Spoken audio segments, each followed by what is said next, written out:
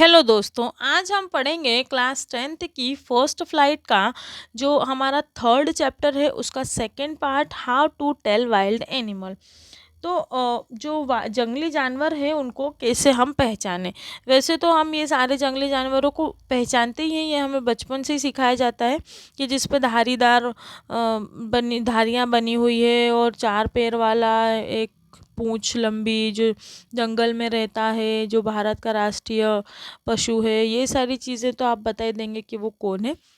लेकिन फिर भी हम इस चैप्टर में इस पोयम में देखेंगे कि किस प्रकार से जानवरों का वर्णन कवि के द्वारा किया गया है। तो मैं शुरू करती हूँ। This humorous poem suggest some dangerous way to identify और tell wild animals. Read it aloud keeping to a strong and regular rhythm. मतलब यह हास्यपूर्ण कविता, हास्यपूर्ण आप देख लीजिए, पढ़ के आपको हंसी आएगी। जंगली जानवरों को पहचानने के कुछ खतरनाक तरीके बयान करती है। तेज आवाज़ में पढ़ें, कविता को लय बनाते हुए थोड़ा सा पढ़ें। तो ये आपको पूरी क्लास में पढ़नी है, बाकी मैं अभी आपको नॉर्मली पढ़ा देती हूँ।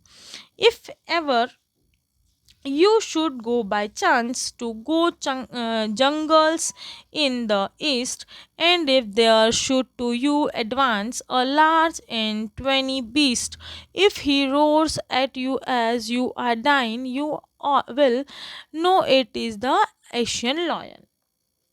क्या कहना चाह रहे कि जो कैरोलिन वेल्स है, मतलब इसकी जो लेखिका है उनका नाम है कैरोलिन वेल्स। वो कहती हैं कि अगर आप कभी पूरब के जंगलों में जाते हैं और आपका सामना एक विशाल काय, जैसे कि ये है, विशाल काय भूरे पीले जंगली जानवर से हो, और अगर वो आपको देखकर ऐसे दहाड़े कि आप दहाड़ सुनकर ही डर से मरने लगे, तो वो क्या है, तो समझ लीजिए कि वो एक एशियाई शेर है। अब आप ही बताइए, अगर शेर सामने आ जाएगा तो इतनी सारी कविताएं याद करने की ज़रूरत पड़ेगी क्या। लेकिन ठीक है, ये एक ह्यूमरस पोयम है तो हम इसको हंसी की तरह लेकर इसको समझ लेंगे। सेकेंड स्टांजा है, और if some time when roaming around a noble wild beast greet you with black streaks on yellow ground, just notice if he eats you. This simple rule may help you learn the Bengal tiger to dis- discern। देखो, और अगर कभी घूमते हुए एक शानदार जंगली जानवर आपका अभिवादन करे, उसके शरीर पर क्या हो, पीले शरीर पर काली धारियां हो, और वह आपको शिकार बनाने के लिए तैयार ही खड़ा हो, तो यह समझने में बहुत आसानी होगी कि वह जंगल का बाघ है। आपको भी शायद हंसी आ रही होगी कि किस प्रकार से ये लिखा हुआ है। If strolling forth a bits of you whose height with sports is peppered, as soon as he has lapped on you, you will know it is a leopard।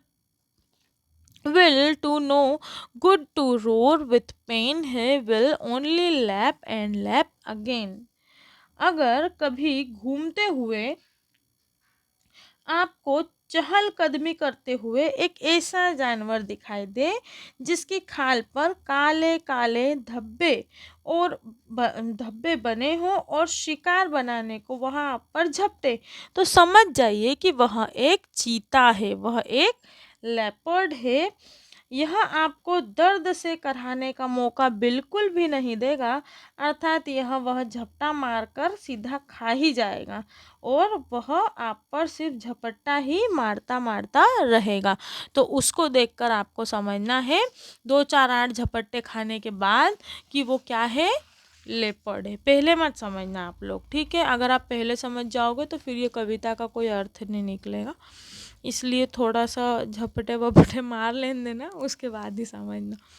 चलिए ठीक है। If if when you are walking around your yard you meet me a creature there, you huge, you very very hard, be sure it is a bear। If you have any doubt, I guess he'll give you just one more crash। अगर आप अपने आसपास के बाड़े में घूम रहे हो, वहाँ आपको एक जीव मिले जो आपको बहुत ज़ोर से आलिंगन में ले ले, आलिंगन मतलब जाके और पकड़ लेता है, वो गले लग जाता है, आप शर्तियाँ ही समझ जाइए कि वह भालू है। अगर आपको कोई भी संदेह हो तो मेरा अनुमान है कि आपको एक बार और वह प्रेम पूर्वक दुलार करेगा। इसमें दुलार का सीधा सा मतलब है कि 2-4 झपटे वो आपको मारेगा। कोई आके भालू लाड़-वाड़ कुछ नहीं करता है, जो वो उसमें बताते हैं ना मोगली में कि द जंगल बुक में, तो वो उसकी बात अलग है। मोगली की बात अलग है, अगर आप लोग कंपेयर करने जाएँगे तो वो खतरा हो सकता है, इसलिए थोड़ा दूरी बना कर रखो। पोयम का क्या है, वो तो लिखी हुई है, पर ऐसा नहीं हो कि कहीं हम पोयम को वो करने चले जाएँ कि नहीं यार एक बार करके देखते हैं। नहीं, नहीं भैया, सब अपने-अपने समझदारी से करिएगा।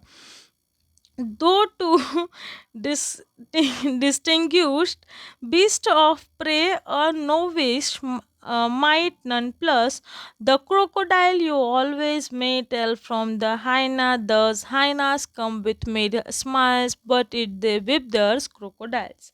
शिकारी जानवरों को पहचानने में कोई सिखिया धोखा खा सकता है, जैसे मगरमच्छ और लकड़बग्गा के बारे में आपने सुना होगा। ये मगरमच्छ, ये लकड़बग्गा। लकड़बग्गा हमेशा मुस्कुराता और सा प्रतीत होता है और मगरमच्छ हमेशा आंसू बहता दिखाई देता है। तो ये दोनों क्या करते हैं, शिकारियों को, जैसे हम बोलते हैं ना किसी को कोई नाटक करता है, अरे रहने दे मगरमच्छ के आंसू मत बहाए, मतलब कि झूठे आंसू। मगरमच्छ के आंसू क्या होते हैं, झूठे होते हैं। और कोई कोई क्या बोलता है कि हाँ हाँ सब पता है, लगड़बग्गे वाली हंसी है तेरी, मतलब कि नकली हंसी। तो अगर कोई आपको ऐसा दिखाई दे तो वो क्या है, एक लकड़बग्गा है और एक मगरमच्छ है। फिर है The true chameleon is a smaller lizard sort of things. He hasn't any ear at all and not a single wing. If there is nothing on the tree, these of chameleons you see. गिरगिट एक छोटी सी छिपकली की तरह दिखाई देता है, उसके कान नहीं होते और पंख भी नहीं होते। गिरगिट अपने वातावरण के अनुसार रंग बदल लेती है। अगर आपको लगे पेड़ पर कुछ नहीं है, इसका मतलब वहाँ पर गिरगिट है। ऐसा ज़रूरी नहीं तो तुमको लगे सब दूरी गिरगिट है, दीवार पे भी कुछ नहीं दिख रहा है तो वहाँ पे भी गिरगिट है, ऐसा नहीं है। तो यहाँ पर जो है ये जो ह्यूमेरस पोयम है किसके द्वारा लिखी गई है, ये कैरोलिन वेल्स, ये रहा कैरोलिन वेल्स के नाम के द्वारा लिखी गई है।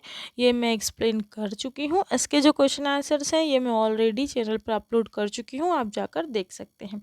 तो अगर आपको मेरे वीडियोस जो है वो यूज़फुल लगते हैं तो प्लीज़ चैनल को सब्सक्राइब कीजिए। साथ ही अगर आपको वीडियोस जो चैप्टर समझाने का तरीका ठीक लगता है या आपको जो भी चीज़ें अगर आपको अच्छी लगती हो तो आप वीडियो को लाइक कीजिए। Thank you so much.